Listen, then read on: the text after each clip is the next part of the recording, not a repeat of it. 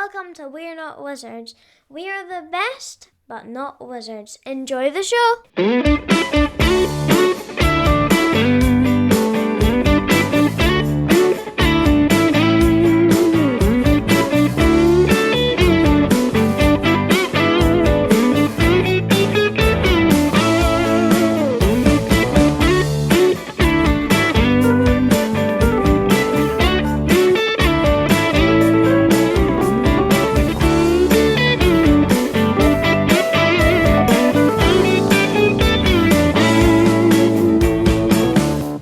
Hello and welcome to another episode of We're Not Wizards. My name's Richard. I'll be your host for July. It's July. It's not even sunny outside. I'm absolutely just devastated with the whole thing. I mean, all I'm going to do is I'm just going to stay inside and just, maybe watch some TV or play some board games or maybe listen to some music. But music always sounds good. It kind of heightens your mood. It makes you happy, it makes you sad, makes you kind of feel jubilant to the point where you even stand up and enjoy the music so much you're going to give it an ovation. So if I'm going to be talking about music and I'm going to be talking about ovations, then there's only one person I can speak to, especially in the form of a board game. So, joining me, I've got Kirsten Lunde. They're from Looking Glass Workshop and they currently have Ovation, which is on Kickstarter just now, and we're going to have a chat about it, basically, aren't we? Hello, Kirsten. Hi, how are you doing?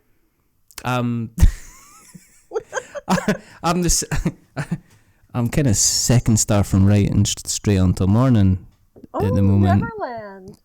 No, not like that. What Michael Jackson? We can. No, that's the wrong place. Oh, is that You're taking me somewhere, Anakin, I can't follow.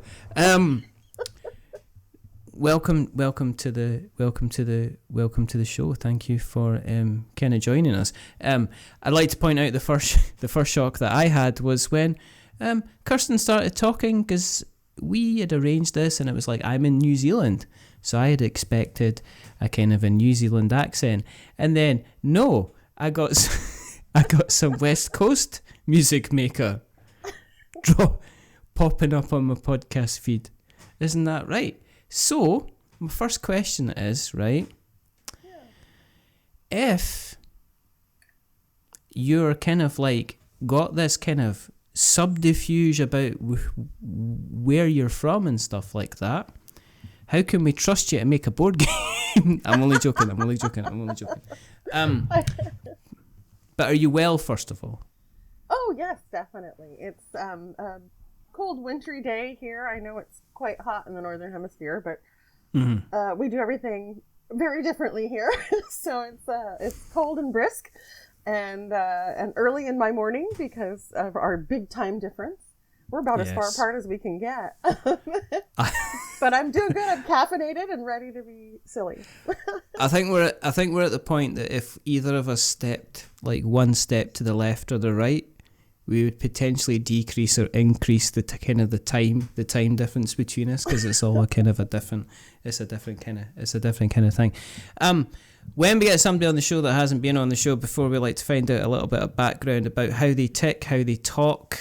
Not how they TikTok, though, because we're not 12.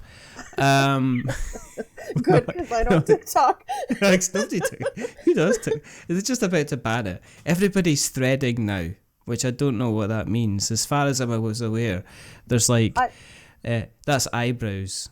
So, I mean, I've seen Mark Zuckerberg's eyebrows recently. He's obviously been threading because they're fleek. They're on fleek and they're on point. Are you sure you're not on TikTok? No, it's getting red. No, come on. On fleek I've got to. Is it? I think so. I don't know. What do I know? I'm old. What are the kids using nowadays then? Threads, apparently. I don't know. Threads, apparently. I don't know. I kind of wanted to look at. I looked to the thing and I was like, so I better jump on in case somebody else steals the We're Not Wizards name, and I'm just like, nobody is ever gonna steal the We're Not Wizards name ever. You're quite safe, but it's connected apparently to your Instagram account, so it's all fine. Anyway, what I was gonna say, right? But we digress. We do. This is it. You said yes at the end of the day. In fact, let's be honest here, right? You sent me an email asking to be on the show. So if anything happens, like Thunderbirds in the next half hour, then it's entirely your fault.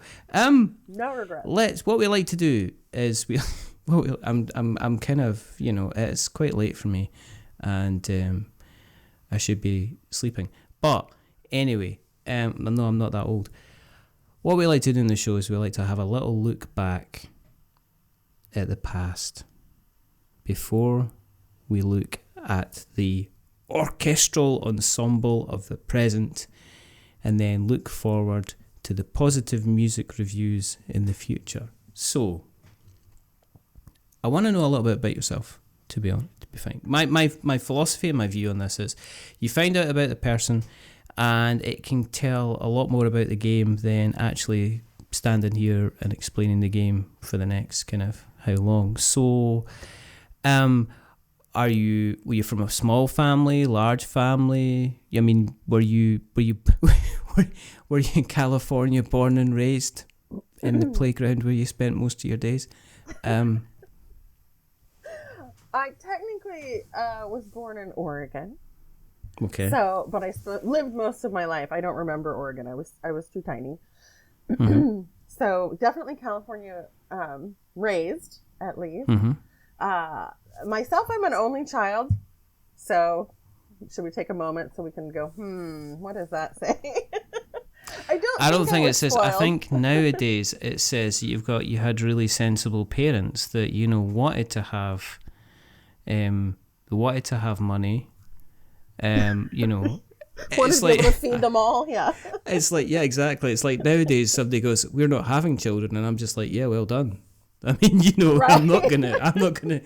It's not like they're getting on telly and going, "Quick, we need to help populate the earth. Please, everybody have some more children." If somebody says to me, "Oh, we're just stopping at one child," it's like, yeah, that's fair enough. Yeah.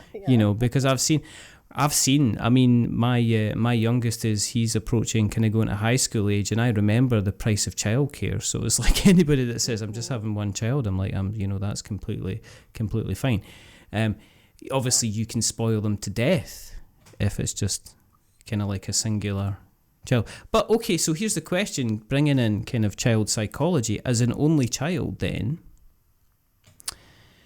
was at some points, because I can't imagine a parent kind of spending every single second of every single day with their kids or with their child, was there points where you had to entertain yourself from an imagination point of view? I mean, if you went into your room when you were younger, would you be likely to be found kind of lying on the bedroom floor with a pad, paper, colouring pencils, and doing some creative stuff to kind of amuse yourself and things like that when you were kind of like growing up? I was never a visual artist, so I didn't necessarily. I mean, if I did pad and paper, it was. Paper and pencil. It was writing.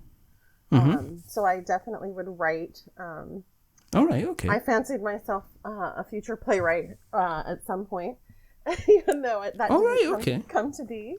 Yeah, and then I did have lots of time where I was a latchkey kid. I don't even know if people use the term anymore. But once I got to a certain age after school, I'd just go home and I was by myself for hours. Yeah.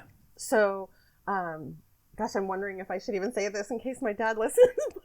But my dad had a fancy stereo system and I was not to touch it. But I never got caught because I was very, very careful. And I listened to albums, LPs, wow. records, if anyone remembers those.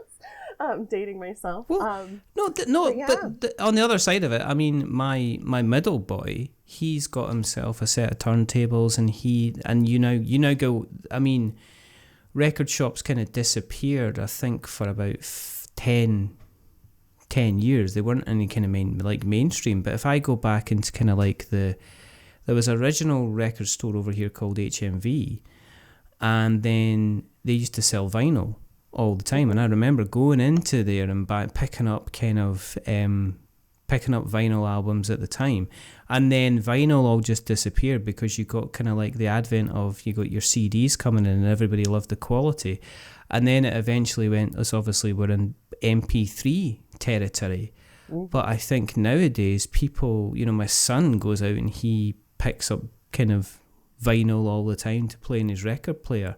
And his view of it is the reason that he goes and buys an album is because he knows that some of the money is going back to the artist instead of it going to kind of Spotify. So did you, with you listening to your dad's kind of music collection, is there particular kind of music memories that come back? Is there particular albums that you associate being in your kind of your father's record collection that you would play again and again? Definitely. I mean, I'm really going to date myself a lot. That's fine. I was able to sing all the way through The Gambler, Kenny Rogers, with a friend in elementary school. We would sing all the way through The Gambler together at breaks. I would listen to Beatles albums. We had Rubber Soul. We had definitely Sgt. Pepper's. That was a big one. I mean, I remember that from the time I was 5, so I would continue listening to that one. That was the album cover opened, and I would put it around my oatmeal before going to kindergarten. and there I had the Fab Four and my oatmeal. Yeah.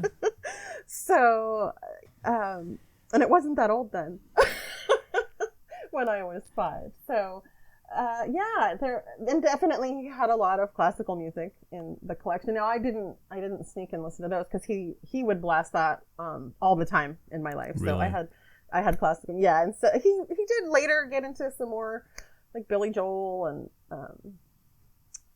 Sam Cooke was a throwback. Yeah, I used to listen to Sam Cooke a lot. So he would listen to some more modern stuff, I guess. Billy Joel was more modern at the time. Now he's a throwback too, but you just give it time, and they all come back, and they all come back into fashion. I mean, was my mum was a big fan of the Monkees. Oh, I loved the Monkees. The Monkees were just like, because people don't. I think they were kind of credited with being one of the first kind of openly kind of manufactured pop bands. I think beforehand record companies had kind of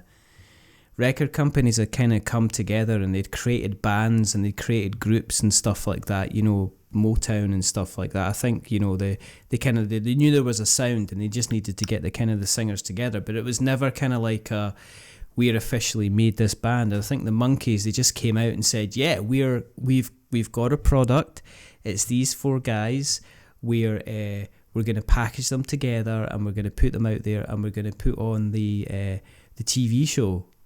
Because I remember growing up, right, and children's telly wasn't like it was just like it is now, where you've got a specific channel for children's TV. I mean, kids nowadays don't know they're born.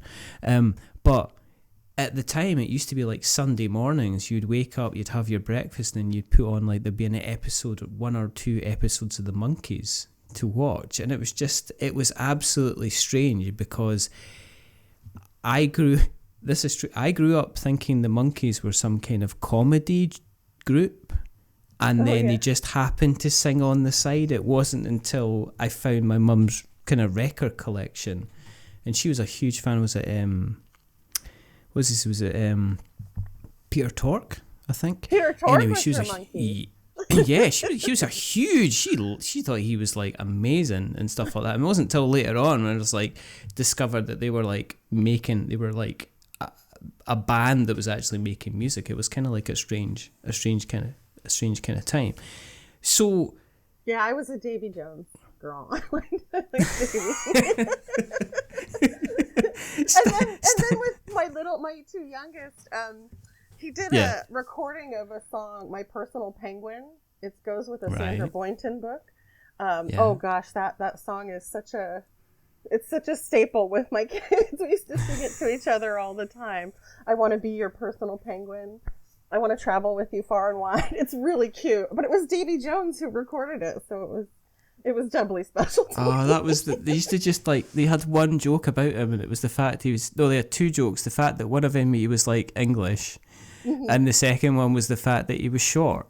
So they always used to say like, stand up, why don't you stand up, Davy? And he always used to say, but I am standing. kind of thing. And that was the same joke, and it was guaranteed every single episode there was one thing about he couldn't reach like the coat hook where they were keeping the coats or something like that, or somebody, or Mike Nesmith had put him up onto like a high shelf which he couldn't get down from. But I'm sure, and I'm an Anglophile, so of course I love the TV shows. Well, there you go. There you go. Yeah. There you go. Yeah. So welcome to We're Not Monkees, where we dissect We're the Monkees. the tunes of the manufacturer, the tunes of the manufactured era of the Monkees music from 19. Was it 1960 odd? It must have been 68. They were kind of like late. Really trying to take over the Beatles, but it was late. Yeah. Excellent stuff. When did you, with you being an only child then, where's the board game kind of stuff kind of going on? When did you kind of click into that type of thing? Well, I played card games with my mom as long as I can remember. I think we played Go Fish and Crazy Eights and stuff like that, just with a deck of cards. And then graduated into cribbage. And we'd play Honeymoon Bridge because there was just the two of us playing bridge. But there's a way you can play bridge with two called Honeymoon Bridge. So I definitely did card games a lot first, and then we did play board games. I just mentioned it to somebody recently. I'm dating myself again because I had a bunch of rolling moves. I had the Muppets, the board game. I had Happy Days, the board game. I had a Star Wars like roll and move board game too. I wish I'd kept that one because everybody gets that. They're kind of worse. Is that the one where you actually fly around a kind of a board to get to the Death Star to destroy it? Because I remember there was like millions of different kind of Star Wars board games. I think this one was before that. I think this because I saw it in the movie theater, so it was early on, and I feel like there were little standees. That's what they all had. They had little standees. Yeah. No, maybe it was. Maybe it was the same. Right, we've got to find this out. Right, okay. Let me just see. Right. Are we Googling? We are going to Google, and you guys, you're just gonna have to wait because like this is one of these things. If I don't find out what this board game is, then I'm gonna go crazy. I'm pretty sure it was Kenner that made it.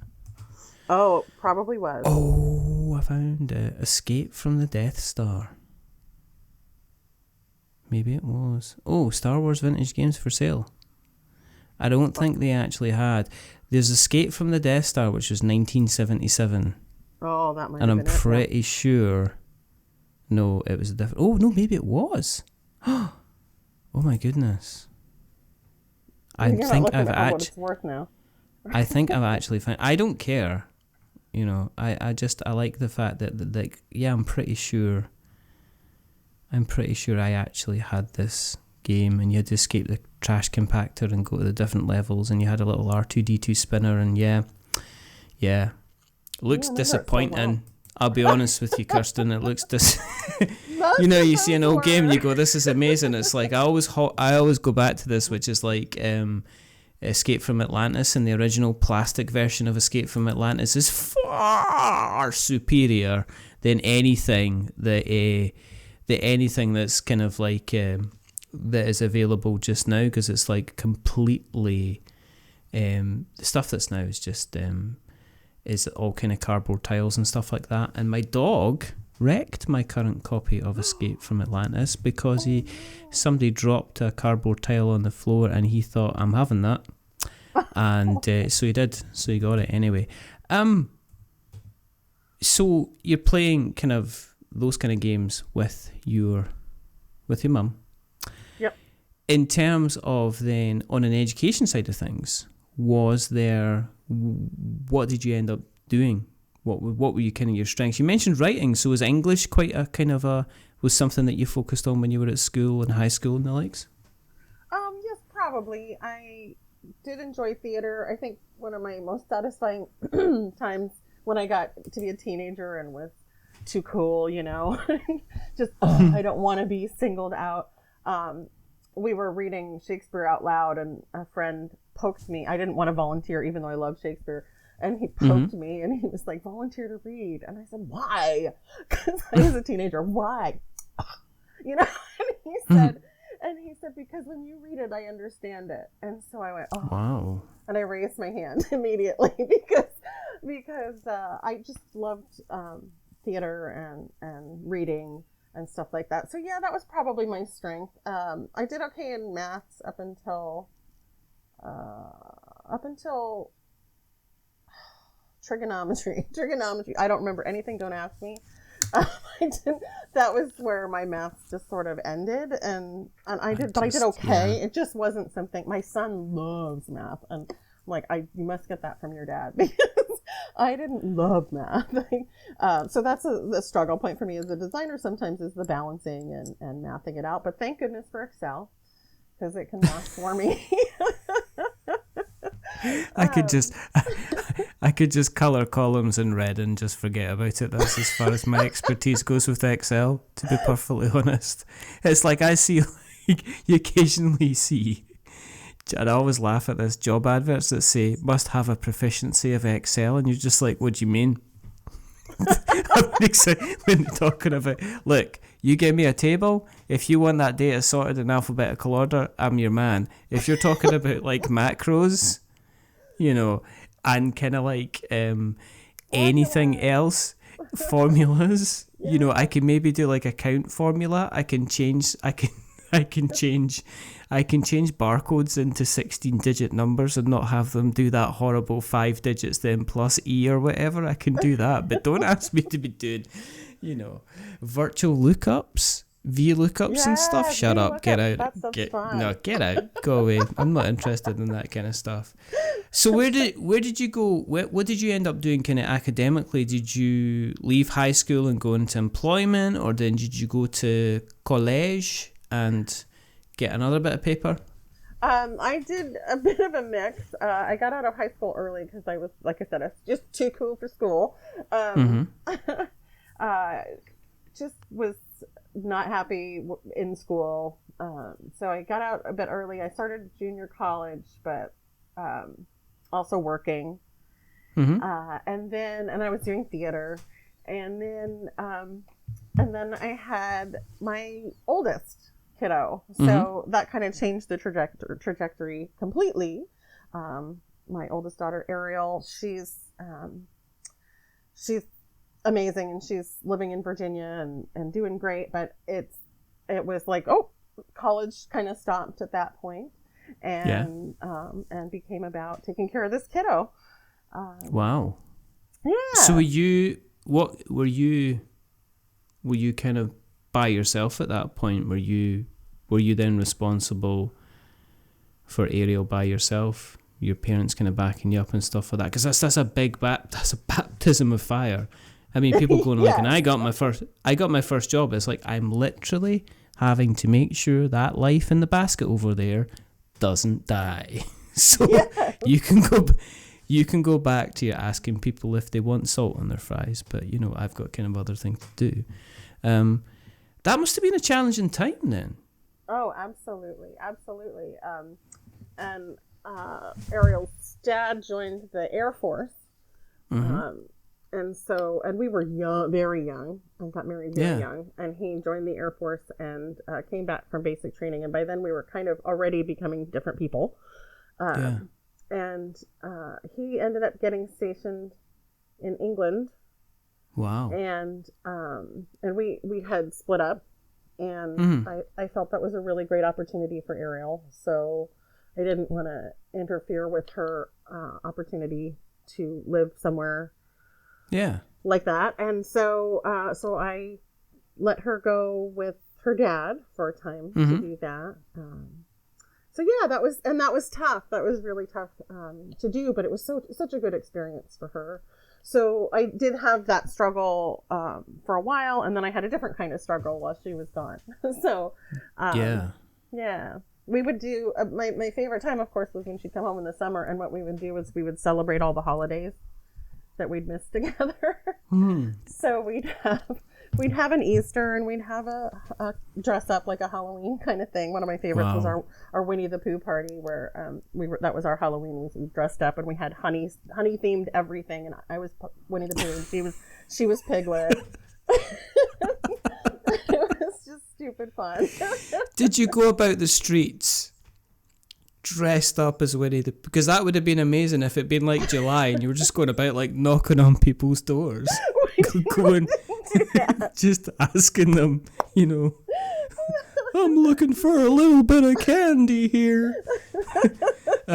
You know, that would have been amazing. I would have given you like, you know, candy and stuff just if you just turned up and just went, you know, in the middle of July, trick or treat. And it's like, what are you meant to be? Amazing. That would have been a time, and you would have gone down in history, and then you would have had to leave the town, because that's what that would have been. A new town every year, so we could trick or treat in July. You could do that, and then you would go down and, you know, folklore, legend tells of a Winnie the Pooh cosplay that goes from town to town, and round about July knocks on people's doors and asks for candy. And then they would eventually turn it into a holiday, because if you do something like that enough, then people eventually go, do you know what? Let's just celebrate it anyway. You know, let's just have a day. Let's have a Pooh day. There's probably other days already. Opportunity. It's just like missed it out. Everybody loves Winnie the Pooh. I don't know of anybody that goes, I can't be bothered with that bear. He's a bit greedy. You know. So now, rabbit, on the other hand, I don't know. Not everybody's a rabbit fan, but I think everybody wants to be Pooh, but they're actually everybody's a little bit rabbit. Yeah, I think so. You know, everybody's just like flipping tables and going, to hell with this kind of nonsense, and just throwing stuff kind of about. So, you know, that's what we'd like to be, Pooh. I mean, some of us get Eeyore. Yeah. I'm a Monday morning Eeyore, you know, kind of thing. And I'm not going to do that. I used to do the impressions of the different characters and stuff like that for them. Really? Yeah. You know the Winnie the Pooh one where he's like the kind of the Walt Disney doing the series, the one where he gets stuck in Rabbit's house. Yes. And he gets himself stuck. Yeah. And he's got Christopher Robin. And it's just the one where he's pretending to be a rain cloud.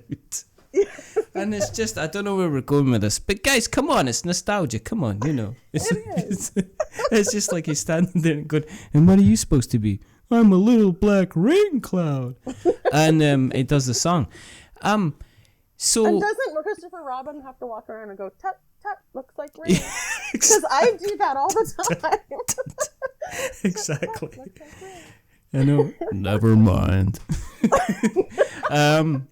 So anyway, right. So where do you go then in terms of the board game design stuff? I mean, we're 29 minutes in. We might as well start talking about the reason that you're here in the first place. And I always do this. How'd you get, right? Because, and I'm just going to say something here, okay? You don't get somebody like Shem Phillips, like saying, here's a quote for your campaign. And I mean, Garp Hill Games have gone from being, you know, relatively unknown to being like a staple part of the calendar. I mean, they're now on their next part of their Compass games. So to get like a quote from them, obviously you've got a quote from Dan Hughes as well, but that doesn't, you know, that hey, he's an internet titan. Yes, I'm not paying those prices. But how do you get around? What kind of inspired you? What kind of got you to say, right? I've got a piece of paper. I've got some pieces of paper. I've got a pen. I've got some dice. I've got some cubes. I'm going to go ahead and make something. What made you decide to kind of sit down and kind of actually put a game together? Because I always look at people's history on Kickstarter, and you see a lot of people, they've kind of like, this is my campaign. This is the first time they've created a campaign, and they've also backed no no kind of other Kickstarter campaigns, but you've backed kind of like a reasonable amount of other kind of Kickstarter games on there. So, but what kind of first got you to kind of go down the rabbit hole and think, you know, I can actually do this. I can put together something and kind of almost kind of put it out there. Well, there's definitely a lot in between, so I didn't just play those roll and move games just to make sure you're forewarned. I didn't go from that to I'm going to design a game. So we did get into the modern hobby, or more modern games. I'd say that Forbidden Island was the gateway for my husband and I. So we played games together, more modern board games, and then we had our son, Riley, and he started school.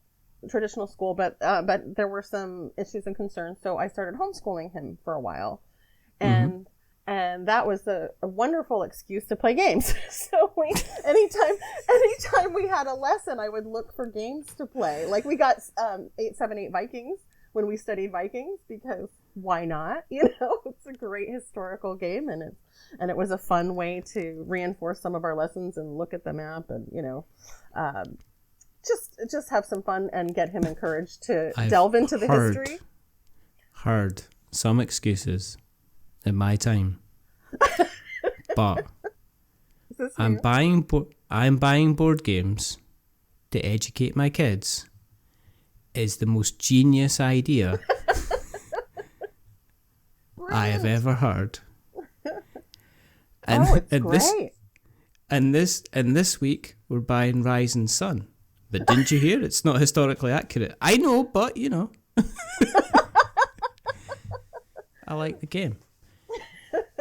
But apart from that, you kind of helped grow the collection then. Did that kind of inspire you? And did they, I take it that must have got Riley into kind of board gaming as well. Oh, absolutely. He was playing Small World with us. He was very, he would be very energetic and sort of hard to focus on things. Even with our lessons, I had to adjust my thinking that just because he's kind of all over the place, he's not listening. He's definitely hearing. I would say, okay, did you hear what I said? And he could tell me what I said, and he was understanding it. Or he would the next day repeat what I'd been saying. It's like, okay, I've got to realize that just because he's kind of so energetic, but with board games, he would sit and focus. Like, he would just get really into it. They were a way to focus his mind, and he just loved it. So that's why it was such a great excuse, is because it was a way that I could get him engaged in something. So we did King Domino, what to do the math at the end and talk about order of operations and multiplying before you add and stuff. So it was great. Like, King Domino's a great excuse to do some math. And maybe that's why he loves math, is because he did it with games mostly. Pokemon was great, counting by tens and figuring out damage and encouraging kids to read. So is it not like direct application though? I mean, the issue that you mentioned trigonometry, and for me it was negative numbers. You're not going to quiz me, are you? No, yeah. Don't quiz me. No. But no, you mentioned trigonometry, but I mean, my issue with I had the flu for like a week and a half in high school, and I missed the week where they started introducing negative numbers. And as far as maths was going, that was the wall that I was just unable to climb. I just couldn't.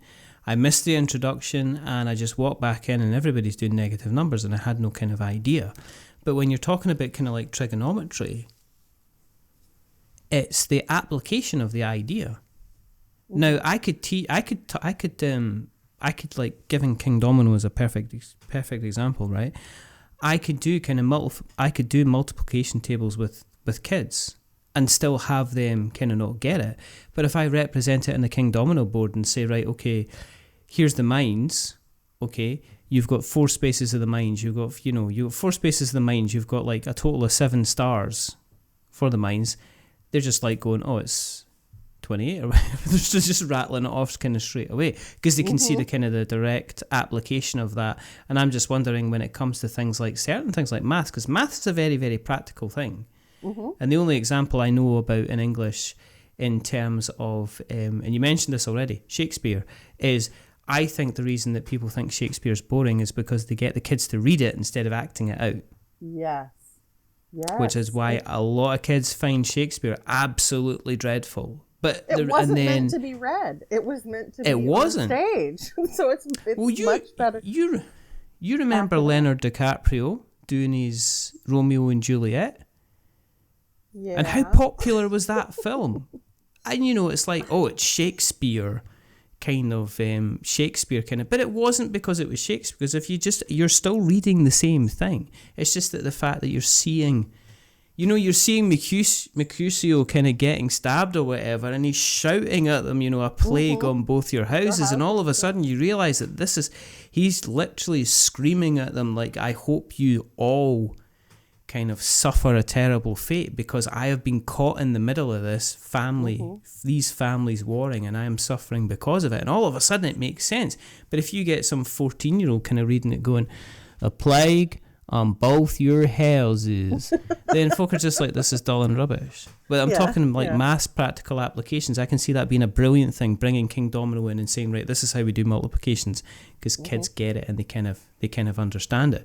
So with you playing all these games and building up this collection, was that when you started kind of like saying, well, actually, maybe there's a couple of ideas that I can kind of float around with myself?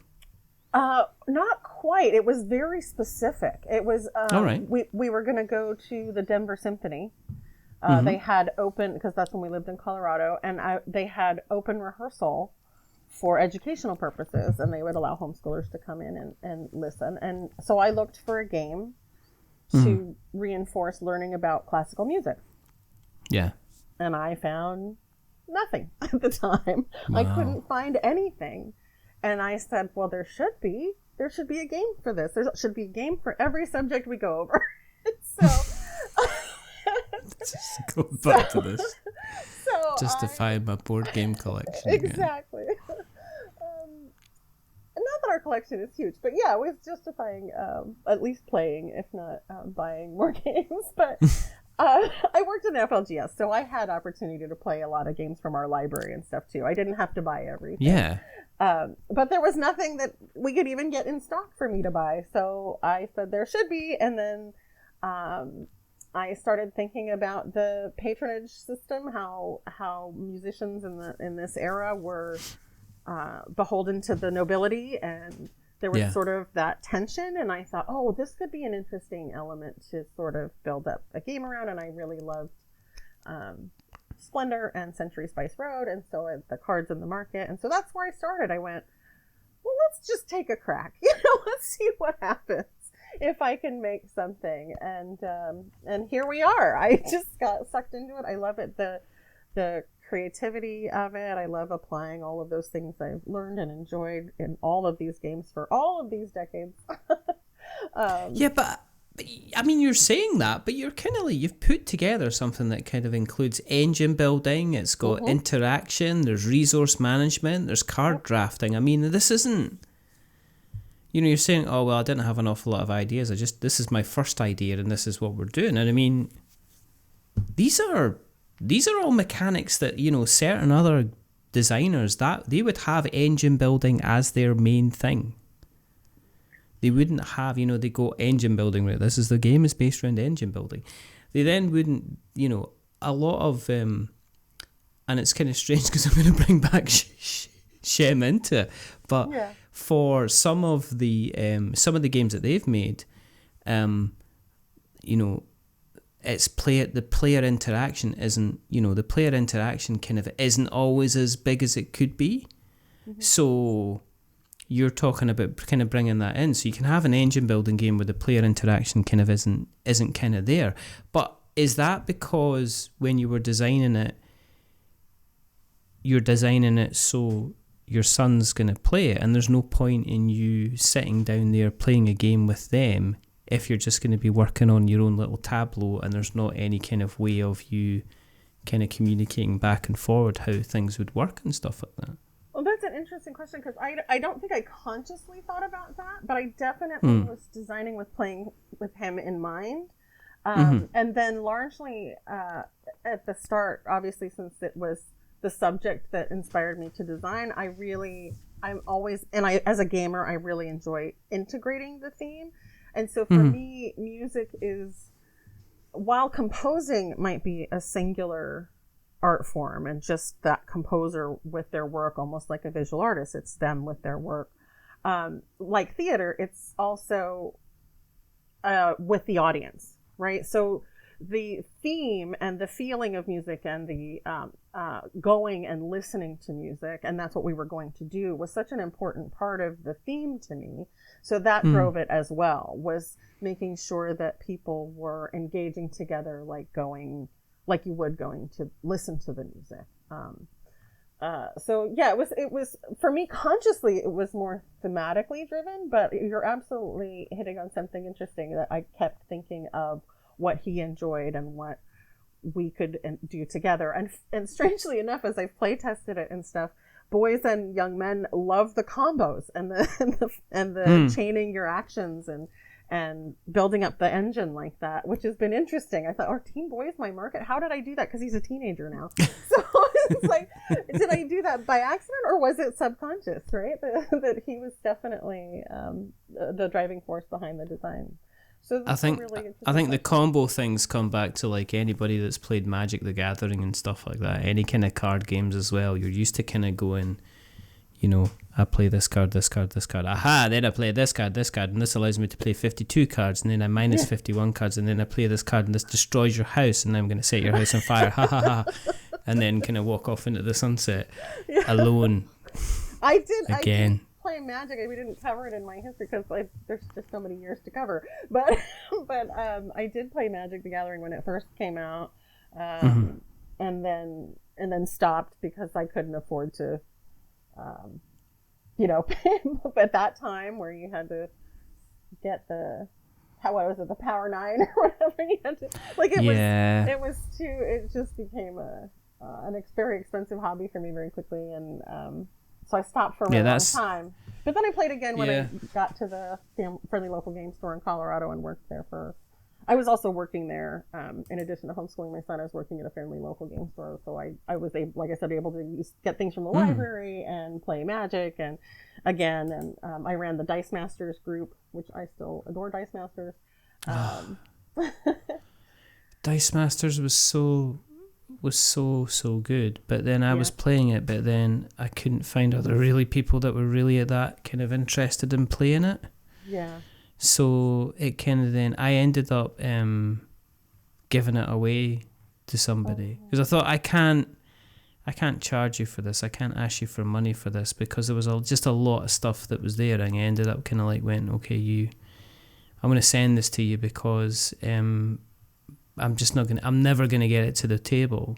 Yeah. And I think that's one of the things is like I kind of end up being a kind of a bit of, somebody says, oh, I'd really like to play that game, and I've got it in my collection, and I know I'm not likely to get it to the table again, or it's not in my, I guess, killer darlings, if you know what I mean. It's not the ones that I just definitely want to keep.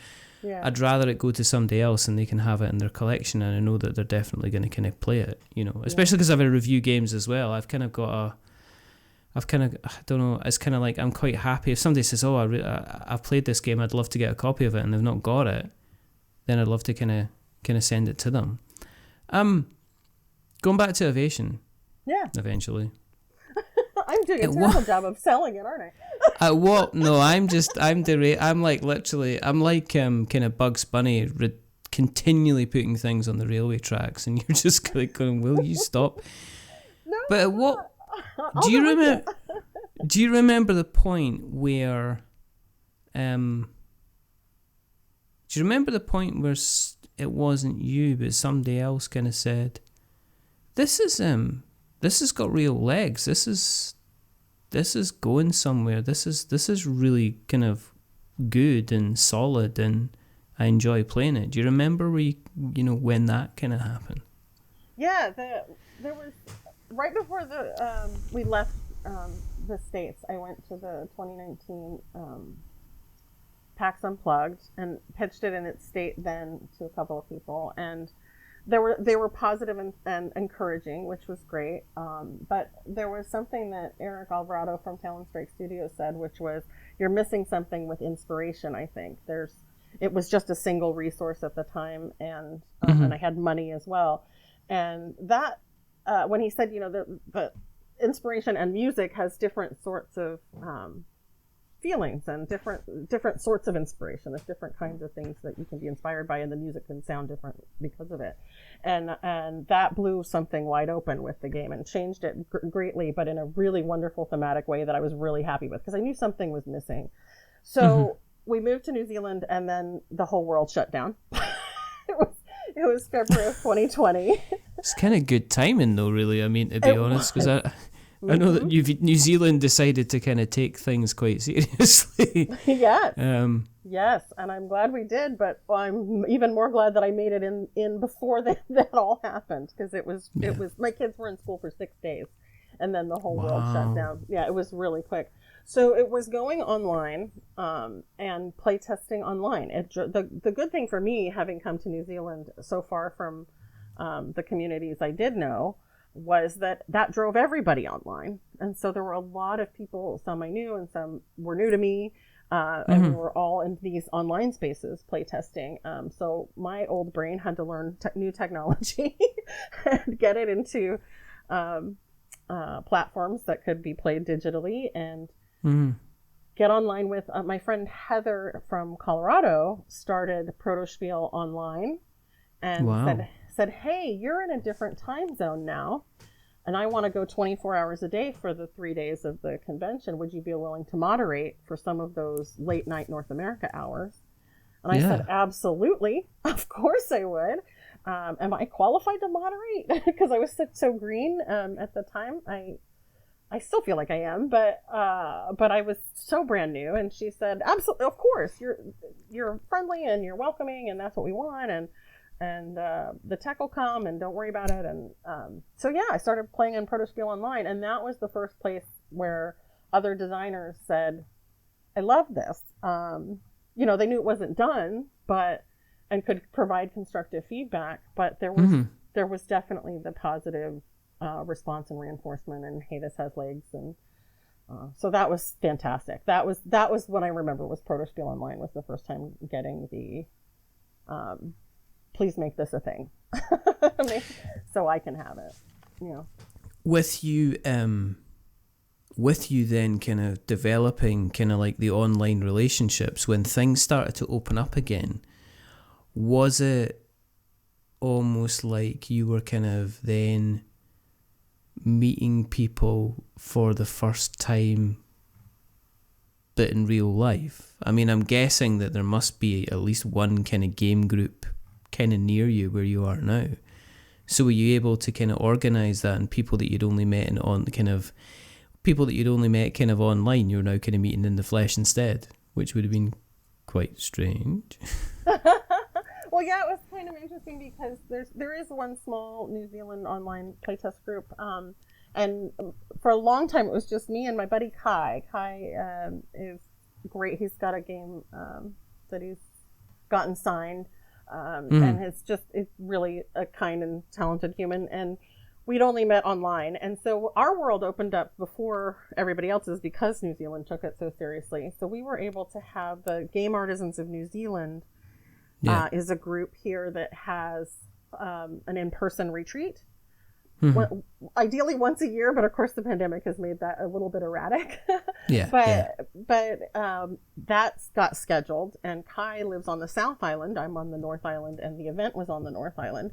So he was flying up to it, and for that retreat, we bring our own food along. And I said, you're coming up from Christchurch. And you're on a plane. How are you going to do food? Can I help you with food?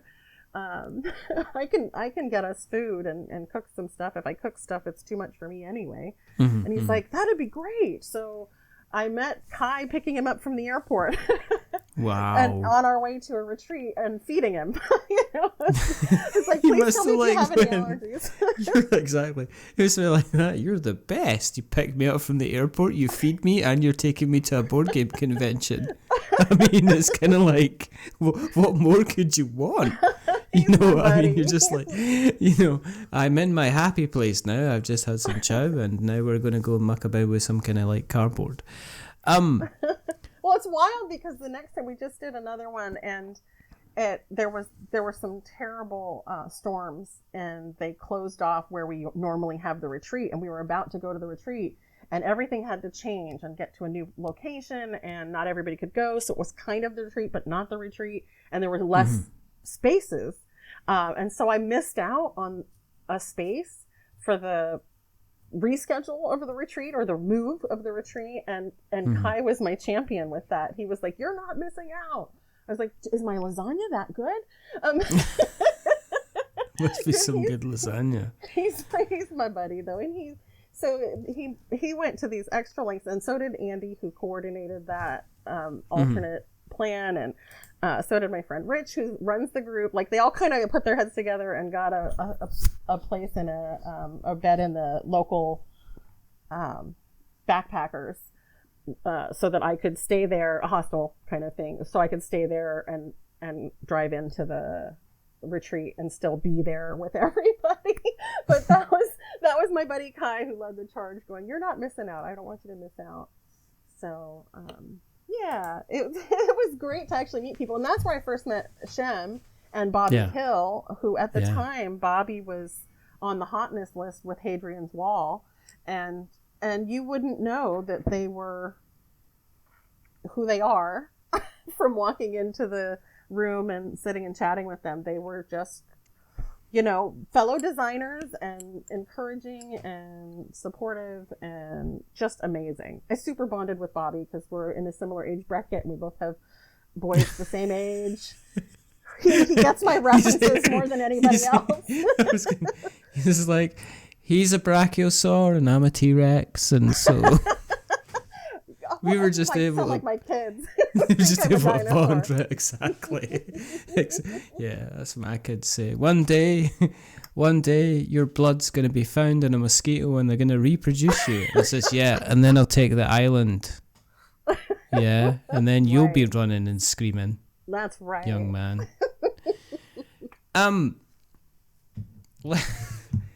Clawing it back as only a T-Rex can. I saw just as a quick aside, I saw a cartoon the other day where there's a pterodactyl kind of lecturing all these dinosaur students and saying, right, this is a really, really hard part of the course. Has anybody got any questions? And there's a T-Rex at the back crying his eyes out because he's trying to raise his hand and nobody can tell that he's actually, and it's just, nobody can tell he's raised his hand, which is just like the best cartoon I've seen in a long time. If I want to know what happens in a round of Ovation, how do I know what happens in a round of Ovation? And can you give me what would happen in words, please? I've no more than 2 syllables. Okay, no more than 2 syllables. Like a sonnet. I want iambic pentameters here. I don't know. That's what I want. I don't know what that is. It sounds like a type of bike. I'm just. What kind of that? That looks like a 15-gear iambic pentameter. What does it do? It goes up and down hills. Up and down is a pretty good analogy. Yeah, you don't even need to pedal. Right, talk about. Please, come on. Talk about Ovation. Talk about Ovation. Yeah, because otherwise we'll need to stop. You'll need to stop for coffee, and I'll need to go for a sleep. And that'll be a long. Well, I'm like a granddad. I mean, I'm like a budgie. You put a blanket over me, and I'm out. You'll be talking to yourself and you'll use up all my recording time. Oh, Ovation, no. Please. Yes. So on your turn, you're going to choose one of 4 different actions. You can choose any one of the 4 each turn. One of them's going to get you your resources, which is inspiration. Mm-hmm. Your inspiration is in 3 types. You have passion, joy, and sorrow. Passion is a red flame, and joy is a little yellow flower, and sorrow is a blue teardrop. So you're going to raise up your inspiration, and then inspiration is the resource you use to spend for all the cards that are out there. Some of them are seeking your fortune, which is going to build up your engine. You can get patrons, as I mentioned, there's the patronage system. Patrons will either help build up your engine a little bit, or they give you bonus points at the end of the game, but patrons were notoriously fickle. So part of the difficulty with patrons is they'll give you bonus points for certain types of music at the end of the game, but they'll give you negative points for other types of music at the end of the game because they don't like that at all. So you have to kind of balance to please your patrons. And then the last thing you can do is to perform, which is the biggie. That's where you're going to get music cards and perform your music, and you get more opportunities. Your engine, firing off your engine is a little bit limited. You have to perform in order to get more music notes to be able to fire off your bonuses. But my favorite part of the game is when you perform a piece of music, the people to your left and right can come attend your performance, and they give you a little something. They give you a ticket, which is half a point or half an inspiration, but you get inspired by the music that they perform. So whatever that music sounds like, whether it's happy or sad or passionate, you will get some of that inspiration from listening to their performance. And that's always the most fun part for me to watch as a designer is when they played it at GANZ, at Game Artisans of New Zealand, and one person was yelling because they couldn't go to the performance. They're like, boo, I can't go because I'm too far away. And then Shem's doing a golf clap, and they're all just getting into it. It was so much fun to watch and enjoy. It's always my favorite part. That's when people perform. And then there's public goals that you're competing for. So sometimes that was one of my favorite moments playing with Dan Hughes, was when I nabbed a card, and I guess he didn't notice on my turn because he was planning his next turn, and he looked up and said, where's that card I was gonna you took it, you swine. and that will always be one of my favorite moments too. That's so there's amazing. A little bit of that kind of interaction as well. Any time where you manage to upset Dan Hughes is a good day. It's a very, very good day. Well, he did enjoy the game, even though he called me a swine, and I thought it was hilarious. He did know that. I think I heard him talking about it on his little tiny podcast that he's got, which we always need to encourage people to listen to, because he needs all the support he can get with his little tiny podcast. It just happens to be him and one of the members of the Dice Tower on it. So he always needs support. So if you're listening, it's sporadically bored, go and listen to Dan. It's actually a free podcast, though that's only because he would like to charge at some point. But it's quite. And he does talk about Ovation, kind of on it. In terms of price of entry, how much is it to get your ticket into the auditorium so you can sit down and have a listen at the music that been maketh? You don't. In the game, you don't have to pay for that card. You just draw it off the deck and hand it to them. Talking about the campaign. Oh, the campaign! Yeah. Oh, we're back to the campaign. Yeah, the money. Yeah. I just thought you just turned up. You're talking mechanics, and then I'm going like, no. Kickstarter money. How do we? Oh, Kickstarter money. Well, Kickstarter money. $75 New Zealand, which I don't know what that is. Nobody knows. Right, okay, I'll tell you, right, because I've got it here. I've got it right here, okay. It is, okay, 75 New Zealand dollars is, and this is the joke that everybody has, like, we used to talk about kind of like video games, and it's like, how much is a new video game? It's about £49. How much is that in New Zealand dollars? 75,000. $75 New Zealand dollars is about £37, so that means it's probably about $42, and that's for the physical copy of Ovation and all the unlocked corresponding stretch goals. You can buy 2 copies of Ovation, which means, I don't know if that means you stand up twice, or is that moving into curtain call territory? Why didn't you call it the curtain call? Or the encore. There you go, messed up. I know, you can still go back and change it. Or you've got the Ovation. The Ovation. I'm not. I mean, it's a mistake that you'll be able to correct for the next time you do another campaign on the reprint. The Ovation patron, which has become part of the game. You'll send an image that will be used by our amazing artist Zubbles to create a character art for one of the patron cards. Yes, that one's sold out though. It is sold out, so you can't get that. So you're too late, useless people. And then you can contact them.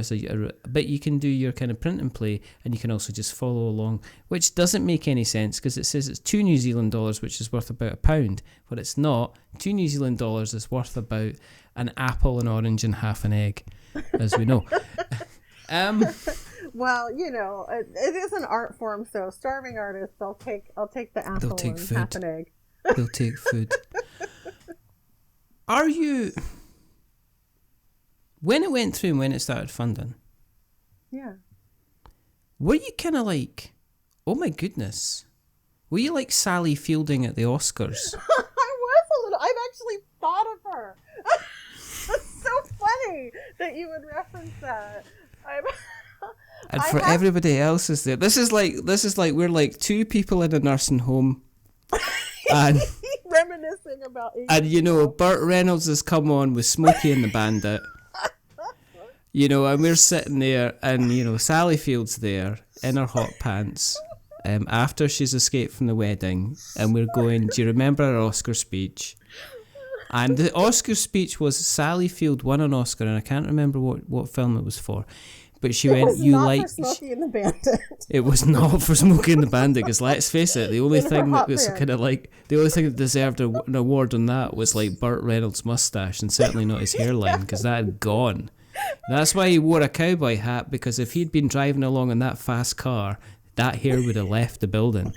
But she got up on the Oscar, and she grabbed her Oscar and went, "You like me, you really, really like me," because she was genuinely, I don't know, she was genuinely surprised. I don't know if they kind of made them aware of who was winning the Oscar. But my thing to you was when Ovation funded, were you kind of like, oh, was it a surprise, or were you, because you've got, I mean, looking at the kind of the coverage that you've had, and I know everybody's a bit eeksy-peeksy about kind of Kickstarter coverage. I mean, you would never put up a kind of a, but you had the quote from Shem there, as I said earlier on. You've got the quote from Dan, which, okay, you know, but you have got kind of like, you've got Jared from 3 Minute Board Games putting on that. You've got Elia, you've got a few kind of good names kind of really saying that they like it. So when it funded obviously pretty quickly as well, were you like kind of, oh, this is nice? Oh, definitely. I had so much anxiety about it before, because you just don't know, and I'm a first-time creator, and and I had a number of followers that I had, I think 600, and following the preview page, and conventional wisdom says that wasn't enough to fund in the first 2 days, and I know it's a struggle if you don't, and so there's just all of that ball of energy and worry and stress, and then to watch the numbers tick up. I didn't religiously watch it, because Dan had even said, don't just sit and refresh, you'll make yourself crazy. Yeah. So I didn't, but then it was funny, because my family would walk in and go, "What are we at now?" I'm trying to stay away from it, guys. Just like because they've been watching me work on this for so long, and so they're invested too. So, and especially my son, right? Because he knows he was so much a part of even doing this. So yeah, there was a lot of worry, and then it was funny because my phone blew up. Everything blew up when it funded, with people saying, "Congratulations, it's funded," and I couldn't own it still. It was very strange. I said to one friend, I said, "You ever plan a trip and you you're going to go to these cool places, and you decide where you're going to go and how you're going to get there, and you have all of this stuff laid out, but it's still just sort of not real because you haven't gone yet, and it's just, gosh, am I really going to get to do all these cool things?" And then you're on the plane and you're like, "Oh, I think it's going to finally be real." And then the plane takes off. It's like, "Oh, I'm on vacation. I made it. I'm going to do all that cool stuff." And I was waiting for the plane to take off. I still couldn't quite own it. I kept saying, if we end up funding by the end of it, if we're going to be able to do this, even though I'd funded, and people were going, "What do you mean if at this point?" I'm like, "I don't know. I'm going to jinx it." So it took a while to go, "Oh, this is a thing. It gets to be real. My dream gets to be real." So yeah, it is. I mean, it is kind of like, I think this is cool, and then it's like, oh, other people think it's cool as well, and not only that, other people are quite willing to give me some money. Yeah, Yeah, it's not just my mom, my dad, you know. Yeah. Yeah. It's not then, it's not just the money laundering scheme that I've managed to put through when we moved to New Zealand and I had to get rid of all those dollars. But no, it's kind of very very kind of cool. If people have listened along tonight and they've probably went, okay. What are these dinosaurs talking about? You get over it. I mean, do you know what I mean? Just turn us back towards the light and put the telly on. You know, across on Golden Pond's coming on in half an hour. You know, you can set me. I'll probably find. That's not. That's not true. But Cocoon might be. It's perfect. That's about aging. It's very sad. It's like that. It's either that or Steel Magnolia, and I just don't know if I could. I just don't know if I could deal with Daryl Hannah dying again. I mean, just to be perfectly honest. No. But if people have listened along tonight, spoilers. Anyway. Bless. Oh, come on! It's like years old. It's like I'm joking. It's like literally like years old. People have listened along tonight and they're like, okay, I need to get more of this in my life. Where do they find you on the internet webs? I'm at Looking Glass Workshop, which in most places is Looking Glass WS. So at Looking Glass WS on most of the places, or lookingglassworkshop.com is where you can find the website. And then, of course, actually, ovationboardgame.com will let you link to the Kickstarter, or, of course, finding this on Kickstarter, you can message me, right? It's still live, I think, when this goes up. So, definitely. Yeah, I'll be live. The 7 days. Are you going to have like a pledge manager afterwards then? Have you looked at kind of doing that? I have been looking at doing that. So I think so. I'm still trying to figure that bit out. There's so much to learn and figure out along the way. But thankfully, I have such phenomenal resources and mentors like Shem. I think it becomes part of the natural process now that I know that like in speaking to a lot of creators now, is that yes, the campaign is one of the parts where you make money, but I do know of people who have continued to kind of generate additional income by having a pledge manager at the background and let it run for kind of like a couple of months. They've got the base level, they know the number of copies they need to kind of produce, but then they have the pledge manager to just act for kind of little extras that they want to add in as well, and people kind of up their support and stuff like that. That's cool. We do have time that we need to get that art done. We have those 10 patrons from the backers, and then we have some more patrons to do. So we have some art to get done. So we'll have time after the campaign. Will have time. Yeah. You will have time. And what we'll do is we'll make sure that we put all the links in the show notes so that we have got notes to show. And if you want to keep an eye on what we're up to, and I'm in a nostalgia trip at the moment, so there you go. You'll find us in all the different kind of places out there. And we put our reviews on our blog, which is we'renotwizardstabletop.com. We've got our website for our podcast, which is werenotwizards.com as well. We do have our reviews on BGG, because we do written reviews as well as this podcast. And you can follow us on all the normal different social medias, all the different places that they have social medias now. Yeah, you will find us. If you've been listening along tonight and you like what you've listened to and you'd like to support the show, tell other people about it. That's always a good thing. And the other thing you can do is on your podcast catcher of choice, leave us a rating or a review, especially things like Spotify apparently have them. So it would be wonderful. Go on there, give us a rating and review. If you are going to be giving us a rating or review, don't give us 10 stars, because my head does not need to be any bigger. It's shiny enough. Before I started recording, I had to turn the lights down because otherwise I would have blinded Kirsten here with the light that was shining off my head. It's like having a lighthouse.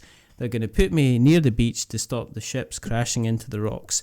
But don't give us 1 star, because that will make us cry. Give us something in the middle, like a 5, because it's average. We're just a little bit average, but the person who's not been average is the rather wonderful, the rather fantastic. And I would stand up and give a standing ovation, but I'm not going to. It's Kirsten Lunde. Thank you very, very much for guesting. Thank you very, very much for joining us. I appreciate your time. I've only got a couple more questions. The first thing is to remember that we're many things, but we're not wizards. Are we wizards, Kirsten? We're not wizards. There you go. Wonderful. And the second thing is to say goodbye. So it's a goodbye from Kirsten. Say goodbye, Kirsten. Goodbye. And it's a goodbye from me. Remember, stay safe, roll sixes, make something awful, and just give yourself a little bit of a treat and give yourself a little bit of an ovation. But until the next time, goodbye. A wizard is never late.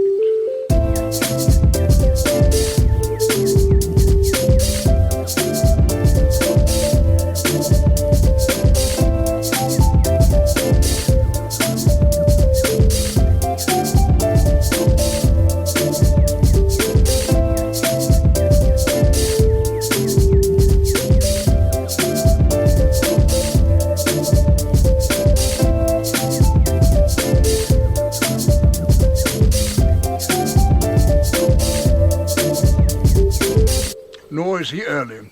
He arrives precisely when he means to.